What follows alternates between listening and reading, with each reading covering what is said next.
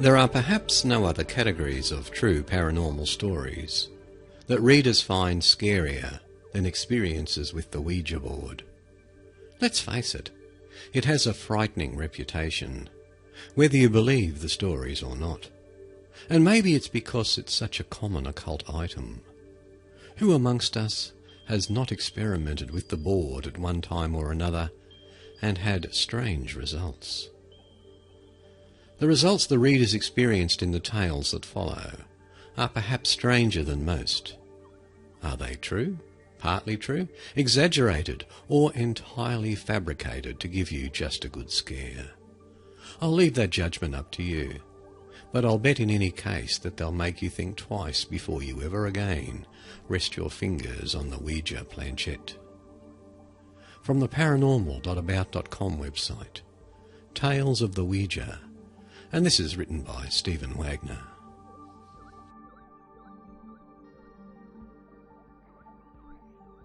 A message from Mum. This happened during the early weeks of June 2012 in the Pocono, Pennsylvania. Every summer break I would visit my best friend Nicole, who I've known since the 6th grade. This summer visit had been, to say the least, the most unusual. As soon as I arrived at her house, she explained to me that she and her father had gone to a flea market and she found a cheap Ouija board that she would love to try out later that night. Me, being a believer in aliens, spirits, ghosts, etc., I was a bit scared to try it. In the back of my mind I knew that this was not a good idea. But not wanting to ruin her fun or seem like a scaredy cat, I agreed to it. As night came, Nicole and I were lounging around until she asked me if I would like to try the Ouija board. She placed 8 to 10 lit candles in an oval around the Ouija board and told me to sit across from her. We placed the Ouija board between us, resting in our laps with our fingers pressed lightly on the planchette. I was a bit nervous, I'll be honest. I just didn't know what to expect. Nicole was more excited about this than I was, so she did most of the talking, asking questions like, "Ouija, are you there? Ouija, are you with us?" Nothing out of the ordinary seemed to be happening, which relaxed me slightly. My friend continued this approach for about 10 minutes before getting a bit frustrated and deciding that we had to be doing something wrong since nothing was happening. She looked online for more directions on how to correctly use the Ouija board, and it turns out we had to hold the planchette a specific way. We did as instructed, and my friend continued her questioning. "Ouija, are you there? Ouija, are you with us?" Now here's where it gets weird. We started to hear noises. A distant cry could be heard. I wrote it off, thinking it could have just been the TV going on in another room. Then the curtains on her windows started to rustle. The wind, I would say, but her windows weren't open, and her air conditioning wasn't on. Then a floorboard creaked. Okay, I thought, these are just coincidences. Then the candle to the right of me started to flicker, but just one candle. Nicole and I looked around in confusion at all the other candles, but only one flickered. Its shadow would dim and grow, dim and grow, dim and grow, until its shadow grew to an unusually big circle. Nicole continued, "Ouija, are you there?" All of a sudden the planchette moved. We looked up at each other wide-eyed. "Ouija, are you with us?" Nicole asked again, and the planchette moved slowly but surely to yes. "Ouija, how did you die?" It didn't answer. "How did you die? Did you die in a fire, Ouija?" This time the planchette moved to no. "Are you a good spirit or a bad spirit?" It moved to no. Finally Nicole asked, "Ouija, who are you?" Slowly the planchette spelled out M-O-M in precise and sure movements. I remember choking out, "Mum?" I began to cry. My mum died when I turned 8, 2 weeks after my birthday on July the 31st, 2004, from a freak accident while on a hiking trip with friends. She was only 44 years old. This certainly was not my friend moving the planchette. Never in a million years would she play such a cruel prank on me. She asked me if I wanted to stop, but I told her no. I wanted to see what my mum wanted. This time I asked the questions, while my subdued and shocked friend watched. "Mum, is that you?" "Yes," the planchette moved. I cried. "How old were you when you died?" It moved towards the 4 and stayed there. "How old was I?" It pointed to the 8. "How old was Christian when you died?" "Christian is my little brother, 4 years younger than I." The planchette moved to the 4. She answered all I needed to know. Even Nicole hadn't known when my mother died or how old she was, or even how old I was. I rarely ever talk about it. Then I started rambling. "Mum, I miss you so much. I love you so much. I miss you. Things haven't been the same." I was a mess. I asked, "Do you miss me, Mum?" It moved to yes. I could just feel how much she meant it. It made my heart break. I asked her if she loved me, and the planchette stayed at yes. I know these are silly questions to ask, but I really wanted to hear them. I missed her so much. I don't remember how long she had been there, but I remember her saying goodbye. Afterwards, I felt relief. It felt like a weight I didn't even know was there was lifted off my shoulders. I felt that she had been trying to contact me this whole time and finally got to. I had not talked to her since, but I will never forget that experience for as long as I live. Nicole and I have only talked of it once after that, but never again. I am just grateful for the experience. I do not advise anyone to try it though, because I was lucky enough to just have my mum contact me. You can never be too sure with Ouija boards. Be very careful if you ever use one. And that was submitted by Shannon C.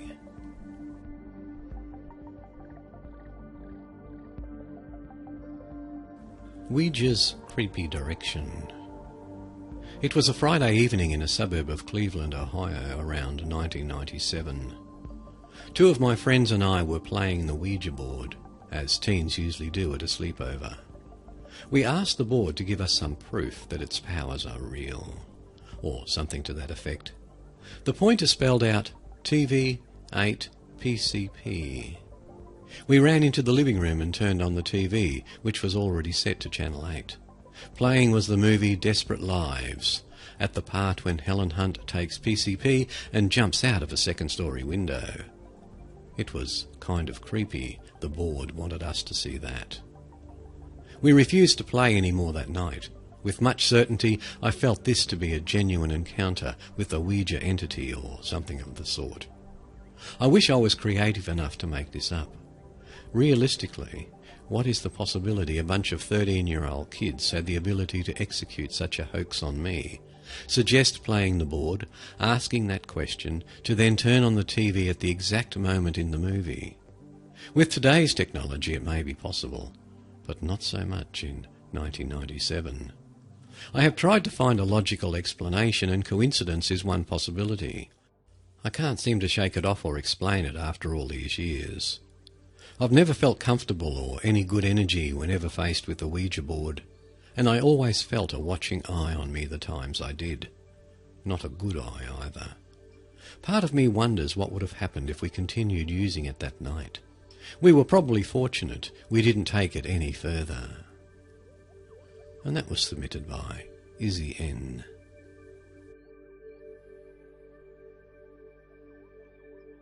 Ouija proves itself. This happened to me when I was roughly 15, that age when you're curious and willing to try new things. My friend was the same, and both being quite young and naive, we attempted a Ouija board. I was living with my mother at the time, and we waited until she was fast asleep. We lit candles to form a circle around us. We didn't have an actual board, so we just used a piece of cardboard and a glass cup. Nothing scary or out of the ordinary happened while we were doing this. At first. We asked questions. We got answers. We laughed about it, mostly, and it became quite boring, to be honest. But then I did something most websites strongly advise you not to do.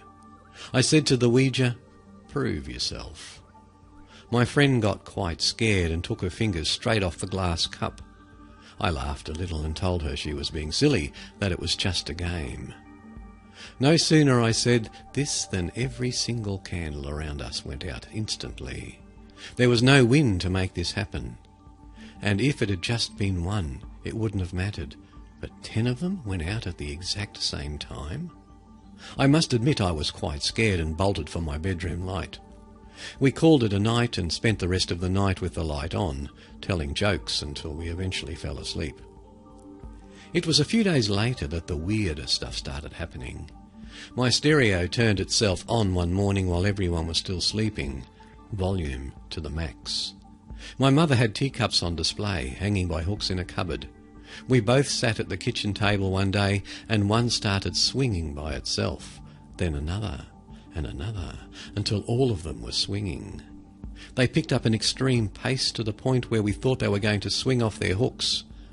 Then all of them came to a complete halt at once. I have a fear of spiders, and after that Ouija incident they seemed to be everywhere for weeks. Not just one in a room at each time, but many, especially in my bedroom. I pulled back my quilt cover one night getting ready for bed, and 2 spiders were crawling there in plain view.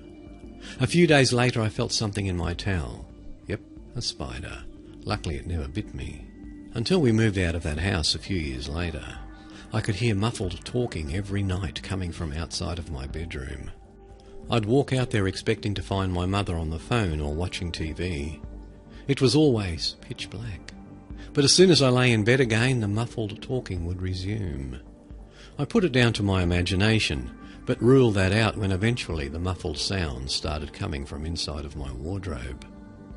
Whether you believe me or not, this is 100% true. And one thing is for sure, whatever we were talking to that night definitely proved itself to me. And that was submitted by Rihanna T.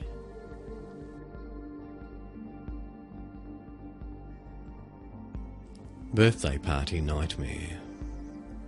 Though I always seemed to be somewhat comfortable with the occult, especially as a teenager, I still feel lingering moments of fear that mirrored the same intensity as when I first experienced them at my 14th birthday party sleepover.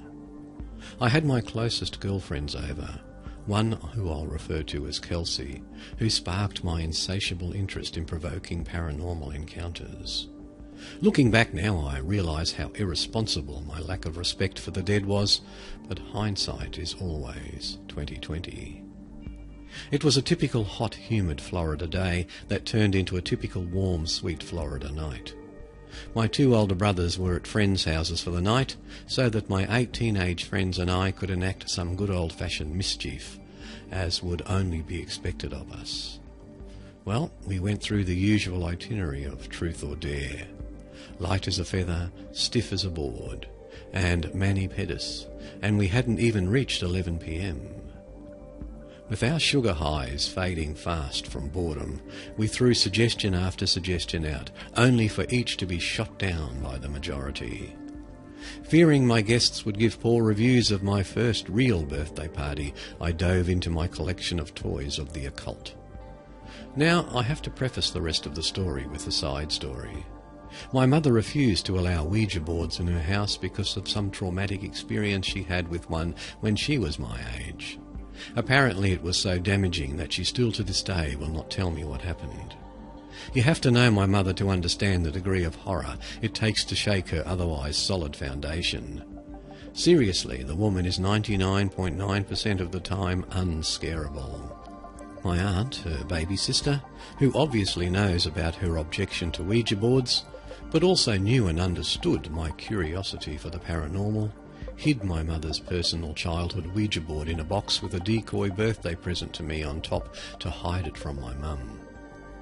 Later that night, I pulled the Ouija from its hiding place and began my dance with the devil.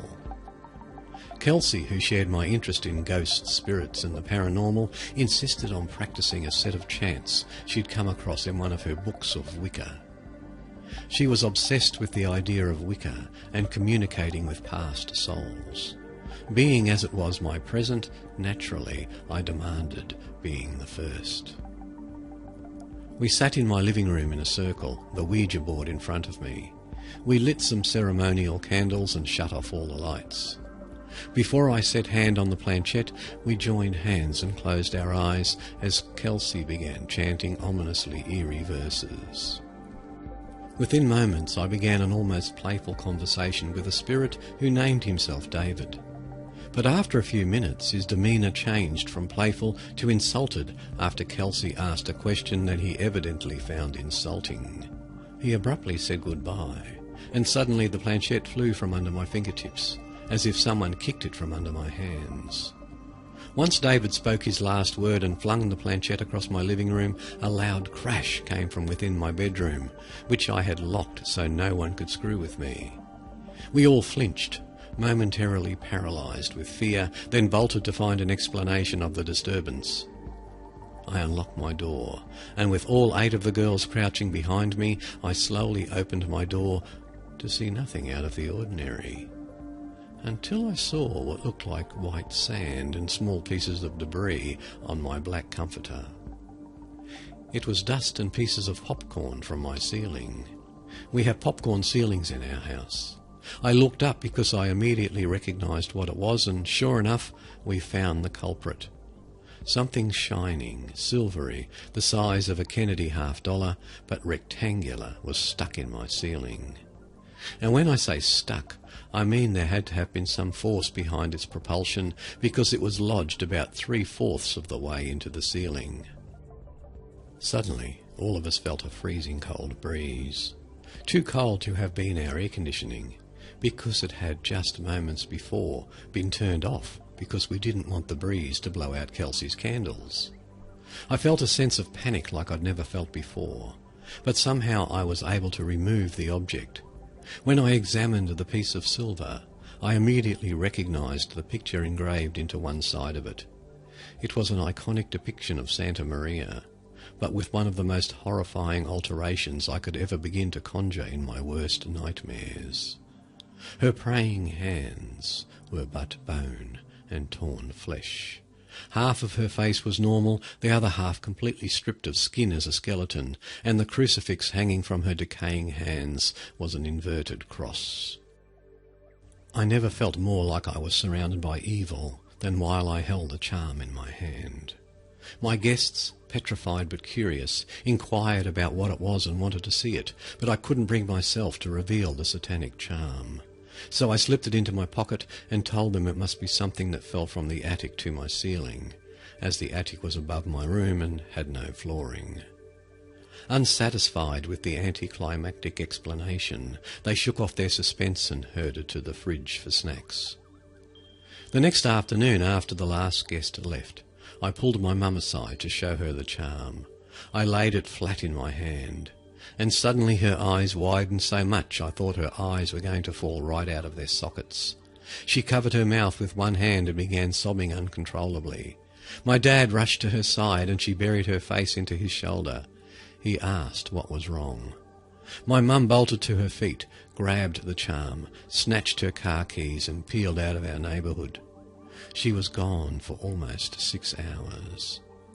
When she came home, she grabbed me by my shoulders and told me to burn the Ouija board and to never bring the charm up ever again. She slipped and said that if I ever did something like that again, she couldn't be here if David comes back into her life after all she's done to get rid of him. She never explained what she meant by that, but every now and then I hear a dull rumbling wheezing from the air vents in my room. I don't know who or what David is, but I fear he's snaked into my life now. And that was submitted by Kathy K.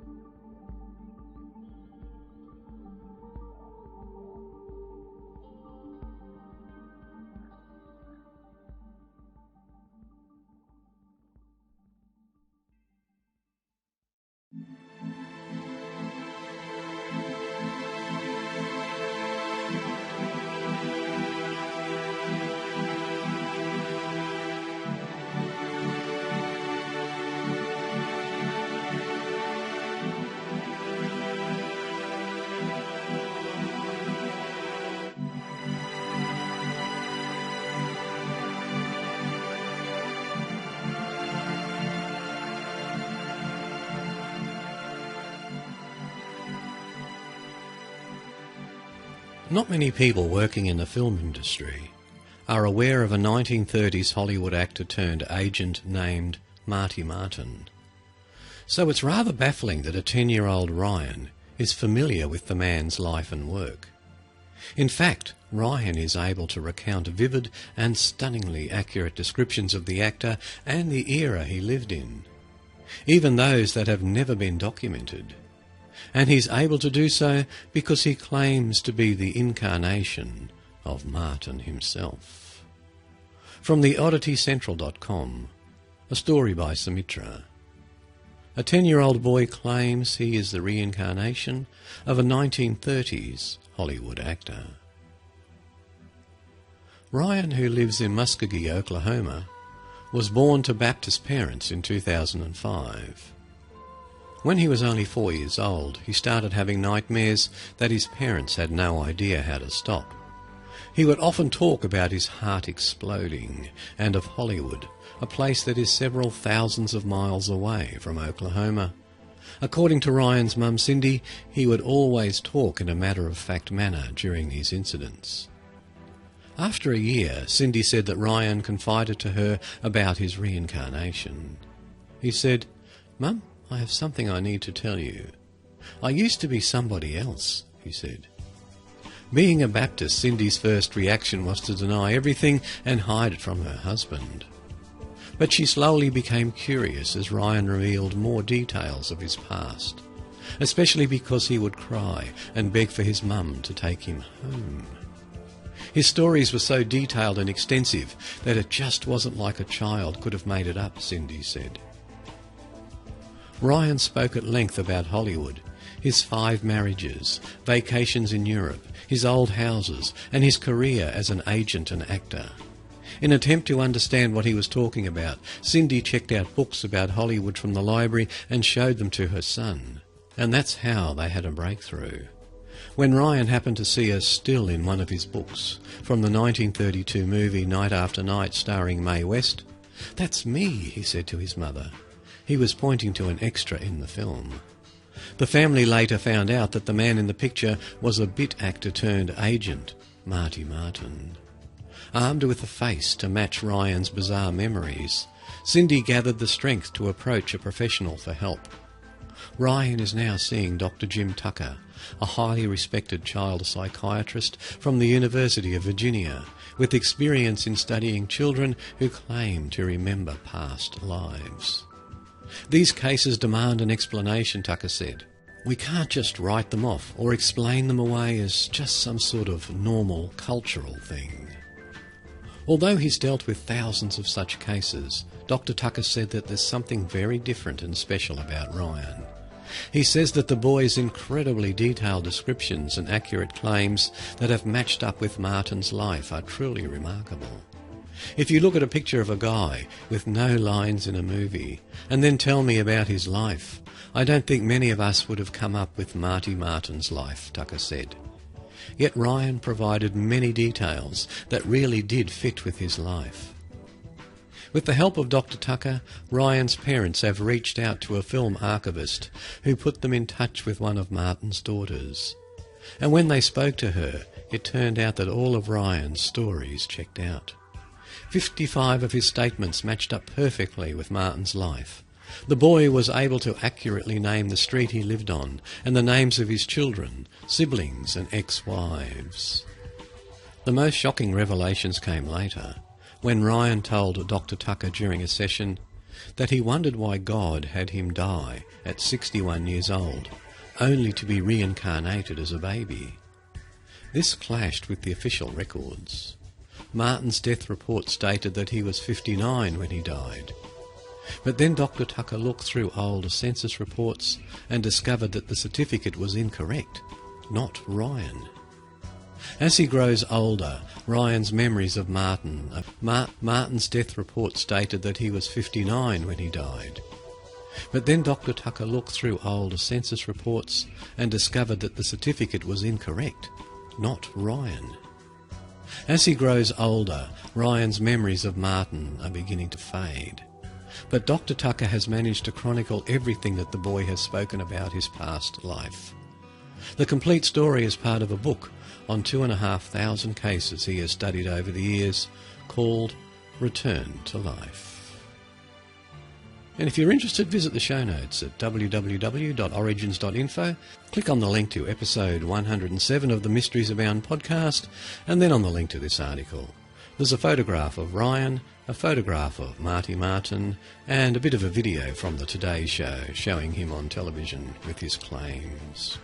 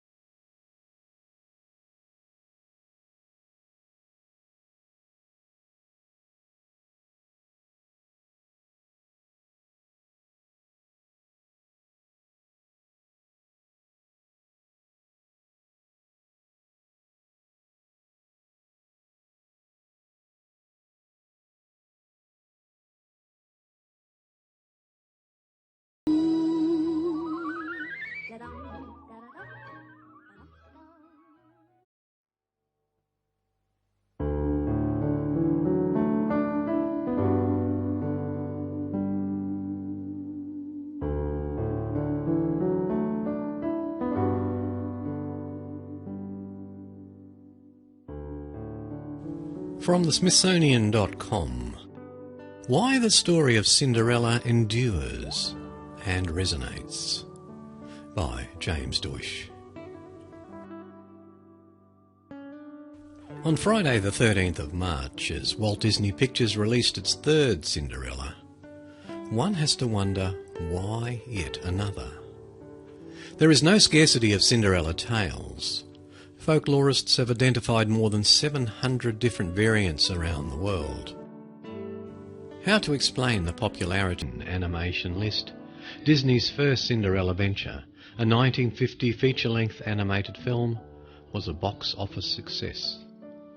The studio's second was the award-winning 1997 television adaptation of the Rodgers and Hammerstein's Julie Andrews musical that aired on live television in 1957. 60 million viewers tuned in, and the show won acclaim for its diverse cast.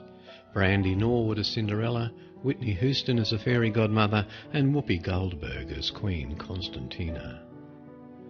More recently, Disney distilled yet another crowd-pleasing Cinderella, this time with Hendrick in the role as a part of a mashup of fairy tales in the adaptation of Stephen Sondheim's Tony Award-winning musical Into the Woods. And now Disney presents a new live-action spectacle, nearly 2 hours in length and directed by Kenneth Branagh, best known for directing cinematic versions of Shakespeare's plays, including Henry V, Hamlet, and the wildly popular film Thor, the Marvel Comics superhero. Dozens of other filmmakers have borrowed elements of the tale, starting as early as 1899 with a French version directed by the pioneering filmmaker Georges Méliès. And perhaps the best known is the 1990 Pretty Woman, a retelling of both Cinderella and George Bernard Shaw's Pygmalion, starring Julia Roberts as Vivian, who is magically transformed from rags to riches. The appeal of Cinderella extends not only to filmmakers, but also to folklorists and early collectors of folk tales, such as the Brothers Grimm, Jacob and Wilhelm, who included the story of Aschenputtel, Ash Girl, in their well-known German collection Kinder- und Hausmärchen, Children and Household Tales, first published in 1812. Charles Perrault included a similar tale even earlier, under the title of Cinderella, in his collection of French tales. Stories or tales from time past with morals, Tales of Mother Goose, first published in 1697. Going back even further, folklorists have traced the story to 9th century China, in which Ye Shen overcomes an evil stepmother, thanks to a golden slipper that transforms her rags to beautiful clothes and enables her to marry a wealthy king. Variation is one of the defining characteristics of folklore, especially folk tales, because the story may change slightly with each retelling.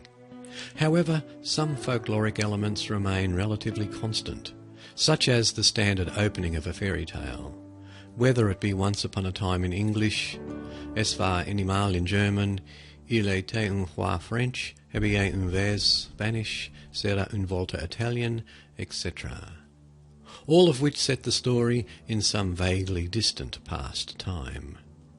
But Cinderella seems to resonate particularly well in the United States. Here's why. The tale's appeal is surely its upbeat ending. Cinderella and her prince live happily forever after, a rags to riches story. Even if Cinderella herself is of noble origin, as in some of the earliest versions, she is able to rise out of ashes and cinders to achieve a position of wealth and stature. This is the same basic story that fuels what some call the American dream, a belief that you too will rise to the top because you have the requisite pluck and just need a little luck, such as a pumpkin coach or a prince who finds you at long last with your glass slipper in his benevolent hand. This belief is reinforced by actual rags to riches cases, from Benjamin Franklin and Abraham Lincoln to Barack Obama, Oprah Winfrey, and yes, even Walt Disney himself. Similarly, the story of Cinderella tells us that virtue is rewarded and evil is punished. You rightly deserve your prince or princess, just as the United States deserves its preeminence, or so most Americans believe. Conversely, the evil stepsisters who cut off parts of their feet in vain attempts to cheat the slipper test deserve to be sternly and righteously punished for their treacherous behaviour. In some versions of the story, birds peck out the stepsisters' eyes to render them blind as an even sterner punishment. One corollary to this theme holds that the line between good and evil is clearly demarcated with little ambiguity between the two. Not only is virtue rewarded, so too is action. Cinderella is not a passive wimp who simply wishes upon a star. She makes things happen through her fortitude, perseverance and wise decisions, albeit with some help from a magical fairy godmother. In similar fashion, Americans regard themselves as can-do people who take the bull by the horns, not letting the grass grow under their boots on the ground. By the way, all of those proverbial expressions are wonderful illustrations of folklore at work in the contemporary world. If only real life was so predictable. But that's precisely the appeal of Cinderella and her ilk. Once upon a time.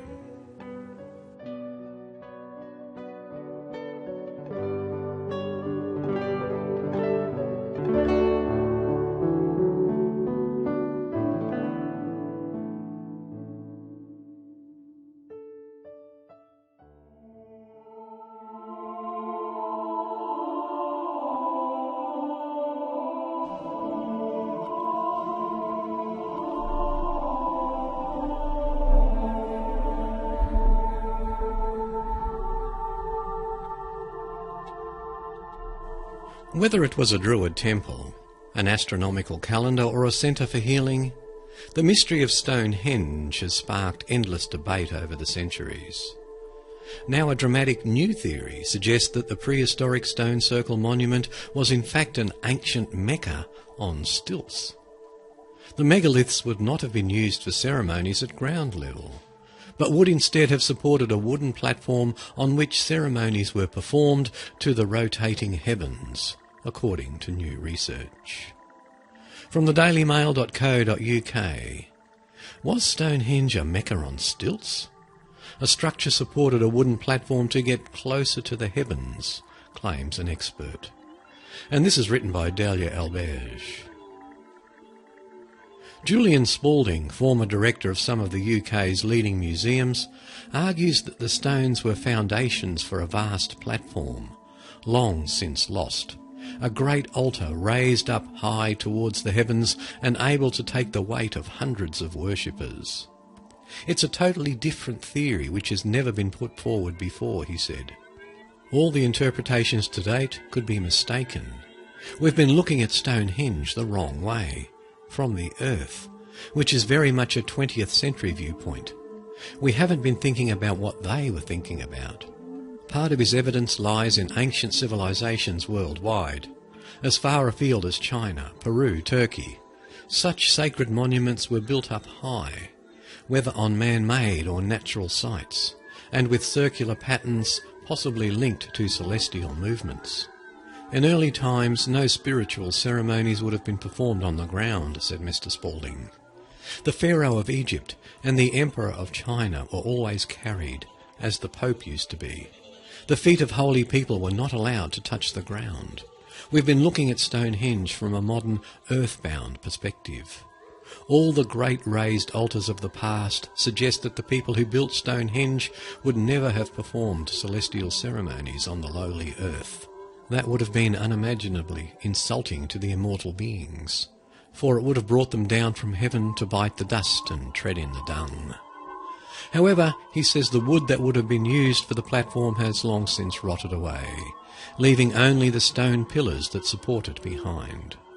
Mr. Spalding's museum directorships include Glasgow, which boasts world-class archaeological collections within a complex of institutions that exceed the British Museum in size. Today he published his theories in a new book titled Realisation, From Seeing to Understanding, The Origins of Art, published by Wilmington Square Books. It explores our ancestors' understanding of the world, offering new explanations of iconic works of art and monuments. Stonehenge, built in stages between 3000 and 2000 BC, is England's most famous prehistoric monument, a UNESCO World Heritage Site on Salisbury Plain in Wiltshire that draws more than 1 million annual visitors. It began as a timber circle, later made permanent with massive blocks of stone, many somehow dragged from dolerite rock in the Welsh mountains. Dolerite has a bluish tinge and is dappled with white spots that look like stars, according to Mr. Spalding. These megaliths, weighing between 2 and 4 tons each, were transported 250 miles, an extraordinary achievement in those times, which indicates that building Stonehenge was a massive communal enterprise, he said. He believes that ancient worshippers would have reached the giant altar by climbing curved wooden ramps or staircases, moving in the direction of the slowly circulating stars for ceremonies dedicated to, for example, a dead king's soul or midsummer and solstice celebrations. His theories have been shaped by visits to ancient sites like stone circles of Göbekli Tepe in southern Turkey, reminiscent of Stonehenge, but predating it by around 6,000 years. Only a fraction of the site has been excavated, and the purpose of its T-shaped pillars is still a mystery, Spalding said. These must have supported some sort of raised platform. He also points to the Nazca lines in Peru, vast drawings apparently etched into Earth's surface more than 2,000 years ago, onto a high natural plateau above the villages where they lived. They went up to this sacred place. These lines were a processional way, which followed the movement and shape of the stars.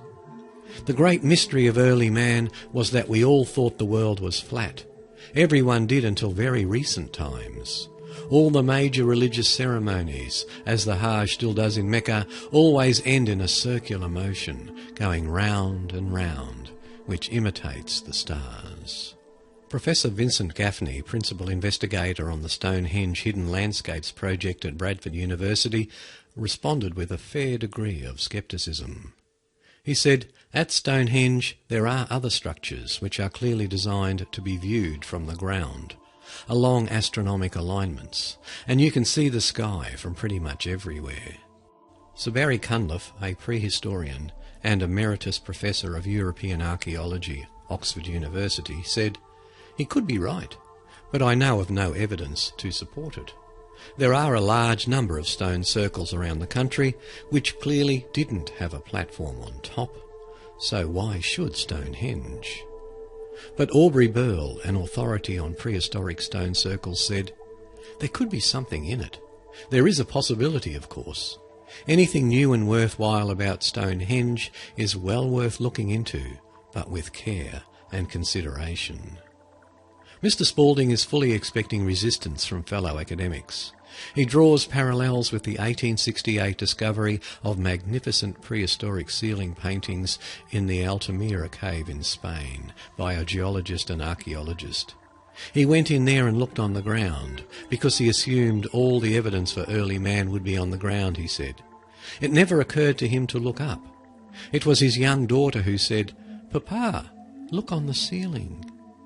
Experts at the time denounced those paintings as forgeries. It was not until the end of the 19th century that they were accepted as genuine. And if you'd like to know a bit more, visit the show notes. There are some drawings, diagrams, a video and some photographs accompanying the article. Just visit them at the show notes.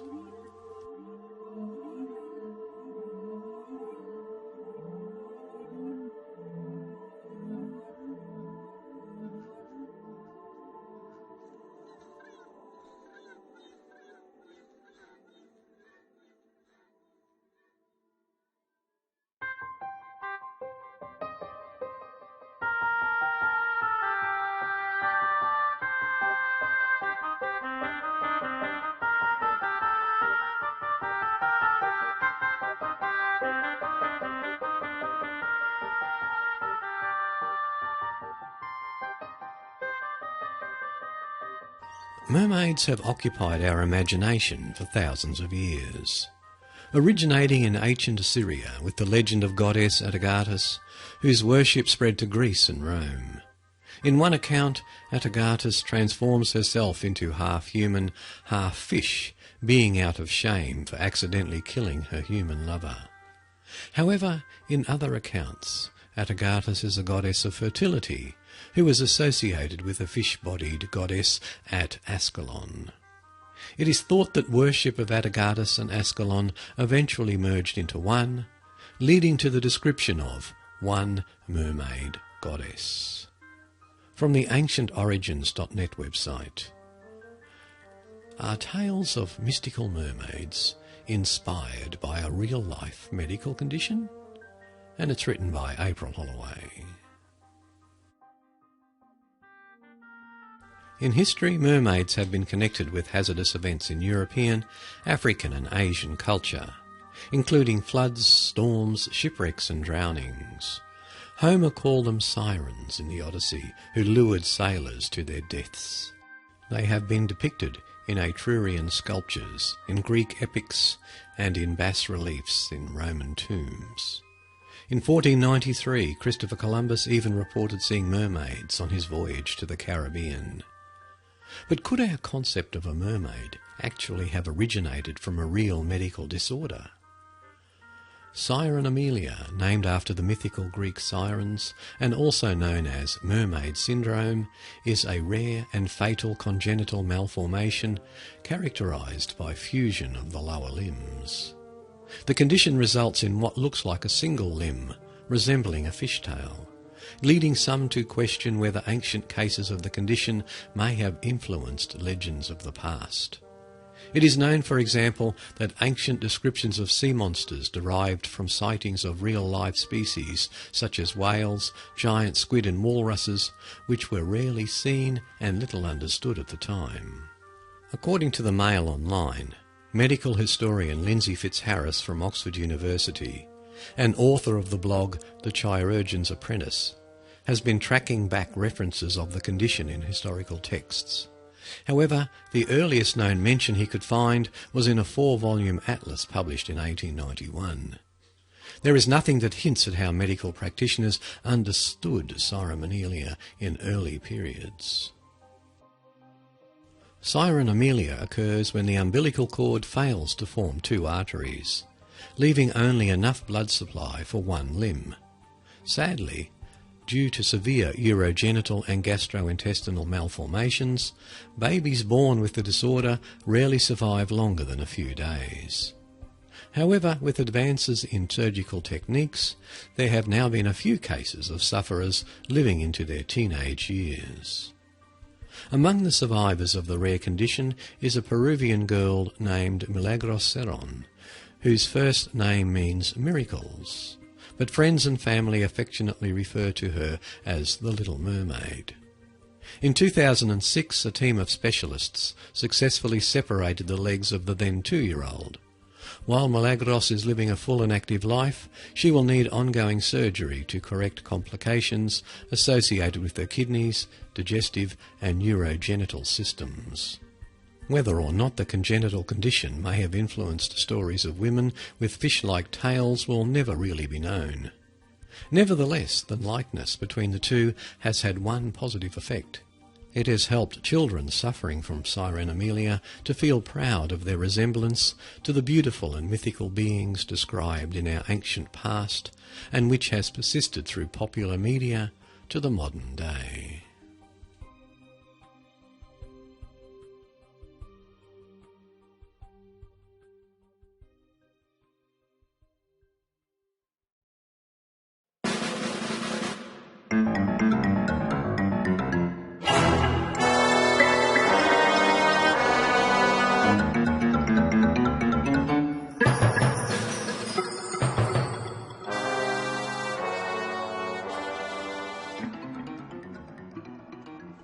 Now that you're all awake, from thementalfloss.com, why is an iron lever called a crowbar? By Kara Kovalchik. The ornithological term for that all-purpose prying tool, hitman weapon, dates back to at least around 1386, when an alliterative poem mentioned workmen putting prizes to the corners of a container with crows of iron. It is believed that the sharp angled end of the tool resembled a bird's beak, and of all the birds that flocked around those areas populated by humans, the crow was observed as the most adept at using its beak as a tool. Even though William Shakespeare mentions the gadget in Act 5 of Romeo and Juliet, "Go hence, and get me an iron crow, and bring it straight unto my cell."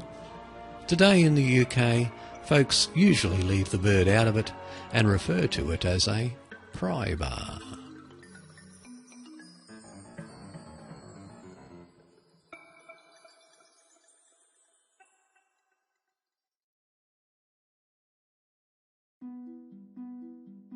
And also from thementalfloss.com, a story by Rick Marshall. What are the coloured circles on food packages? There's a lot of information crammed onto food packaging these days, and along with all of the helpful stuff like nutritional data and ingredients, there's also the mysterious multicoloured row of circles or squares that serves a very important purpose for the printer, referred to as the printer's colour blocks or process control patches. This grid of colour swatches indicates which hues of ink were used to produce the design on the package. The printer checks these coloured circles or squares to determine whether a package conforms to the necessary colour scheme for the product.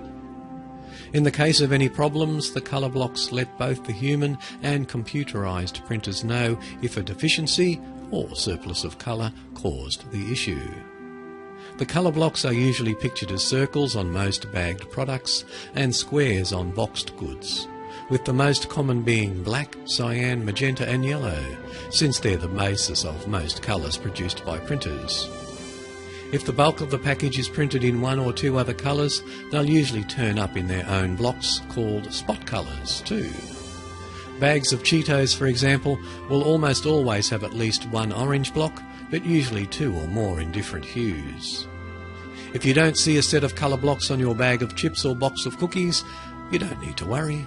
The decision to include this element is an option, not a rule, though most large-scale mass-produced products have some variation of colour blocks on their packages. Some companies also crop off the colour blocks during the packaging process. Oh, and if you see the colour blocks, you'll probably find a symbol that looks like crosshairs of a rifle scope somewhere on the package too. These register marks or position marks are used to align all of the colours printed on the packaging. Yet another helpful tool for the printer, but not really of any use to the consumers.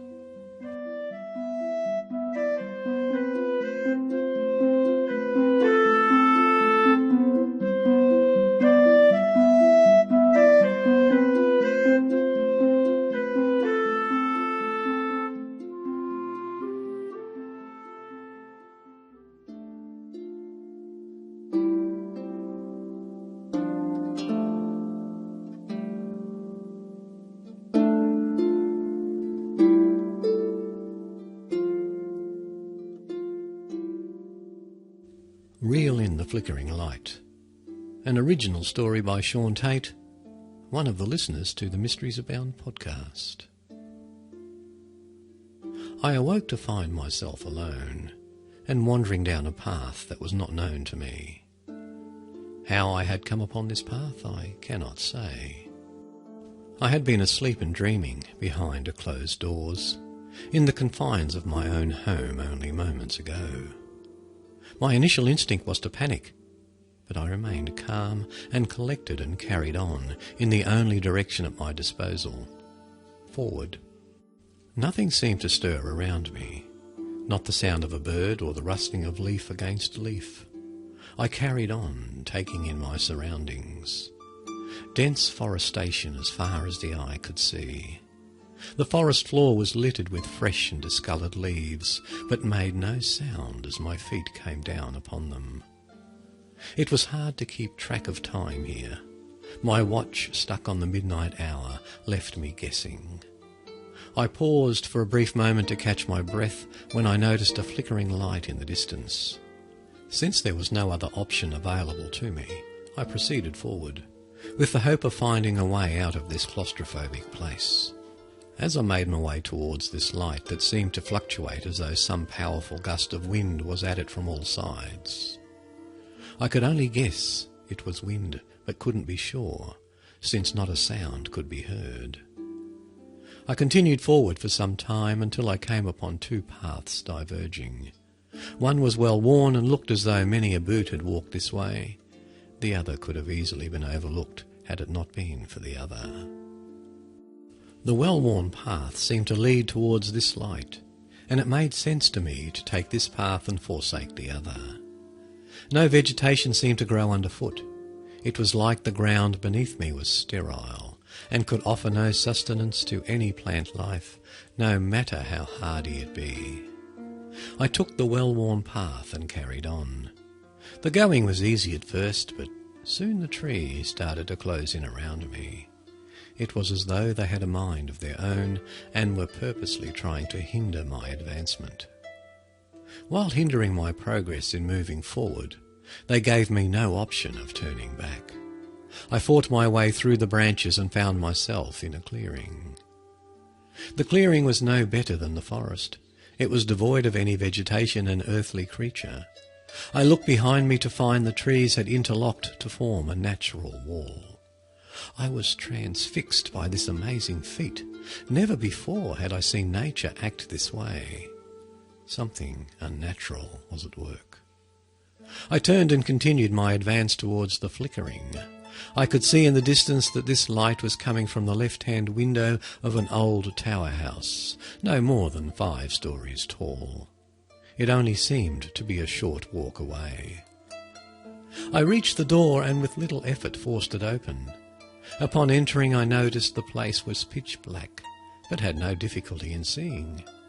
The place had fallen into disrepair, and there was little sign of the previous occupants. Had there been moonlight this night, it would have shone through the holes that had started to appear in the roof. Finding no one on the ground floor, I began to make my way upstairs. The stairs looked sturdy, but I still took care to watch my footing.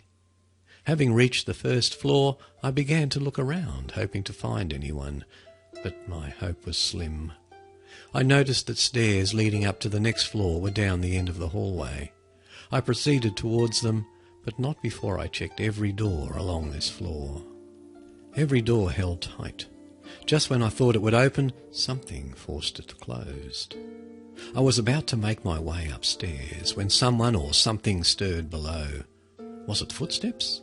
It sounded like hooves upon stone. That sound unnerved me, and with haste I made my way to the second floor. The second floor resembled the first, and I had the same success with the doors as I had below. I paused for a moment. There was that sound again. Hooves upon stone. I was certain of it. They were making their way up the stairs that I had come up only moments ago. I was resolute. I would not be overwhelmed by what lurked below. I spent no time in examining the doors on the third or the fourth floor. I knew I would encounter the same resistance as the doors before. I had reached the fifth floor. Behind one of these doors held the source of the flickering light. I quickly went to the first handle within my reach, but not even a budge. The handle refused to turn. The same with the next one, and the next. My hope was waning. The hooves had quickened their pace and were advancing towards me. They had just come onto this floor. At long last I reached the desired door. It opened with ease, and I gladly entered. The hooves that followed me were now outside, and from underneath the door a shadowy form was projected onto the floor within. How? I cannot tell, since there was no light source outside to cause this. I took in my surroundings. This room was different from what I'd seen below. It was a bedchamber, neatly kept. No sign of any disrepair was to be seen. And there on the windowsill was the source of the light. A candle. But it looked as if it had just been lit. There was no sign of any wax dripping down the side. It was in a constant state of perfection. There was no evidence of an occupant here. The bed looked freshly made, and nothing seemed out of place. I made my way towards the bed and sat on its edge. The pillows looked welcoming, so I lay my head down and closed my eyes. It was foolish of me, I know, but weariness was getting the better of me. I closed my eyes and dreamt. I didn't think possible, given the dreamlike state I was already in. I started to stir. I felt like some unknown weight was pressing down on my chest, getting heavier and heavier. My arms lay limply at my side. They were of no use to me. Hooves. There was the sound of hooves again. I felt breath upon me. It sounded as though it was being expelled from large nostrils in short bursts. The pressure increased, and still I could not wake up.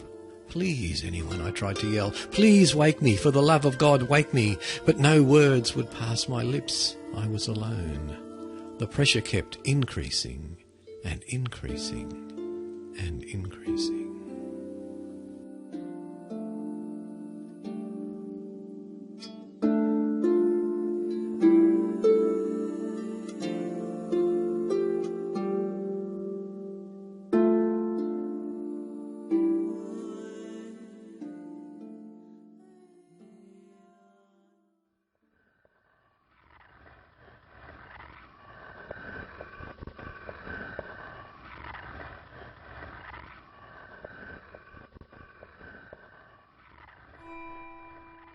The music for today's podcast came from the musicalley.com website. The bandwidth is provided by TalkShoe at talkshoe.com. Remember, we have a Facebook page at facebook.com/Paul Rexy, or click on the link at the show notes at origins.info. I'd like to say thank you to these people who have given a donation to the podcast recently. Your help is greatly appreciated, everyone. So it's a big thank you to Sean Yarnell, Finn Ekberg Christensen, David Whiting, Brad Bogle, Francine Lane, Adam Rossi, Jeff Chapman and Scott McClory.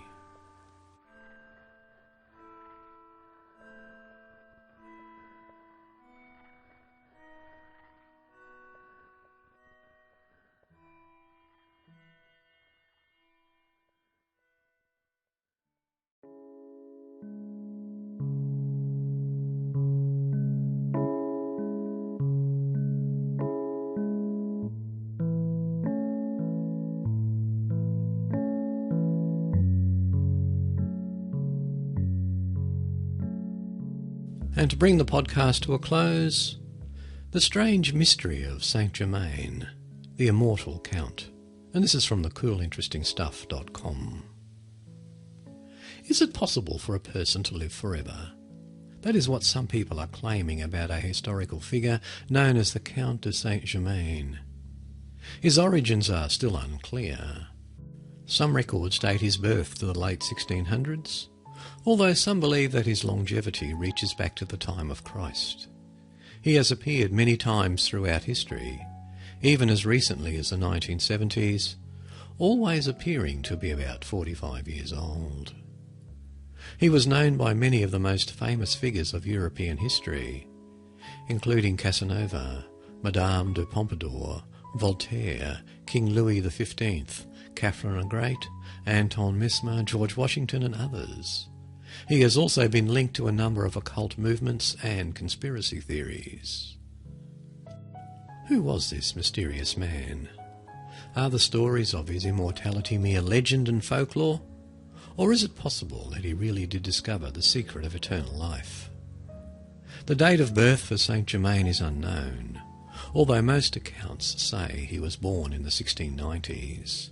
A genealogy compiled by Annie Besant for her co-authored book, The Comte de Saint Germain, The Secret of Kings, asserts that he was born the son of Francis Rákóczi II, Prince of Transylvania, in 1690. What we do know for certain is that he was an accomplished alchemist, which means he could turn heaps of metal into pure gold. If that wasn't a neat enough trick already, the Count also claimed to have discovered the secret of eternal life. Between 1740 and 1780, Saint Germain, who was quite a celebrity in those days, travelled extensively throughout Europe, and in all that time never seemed to age.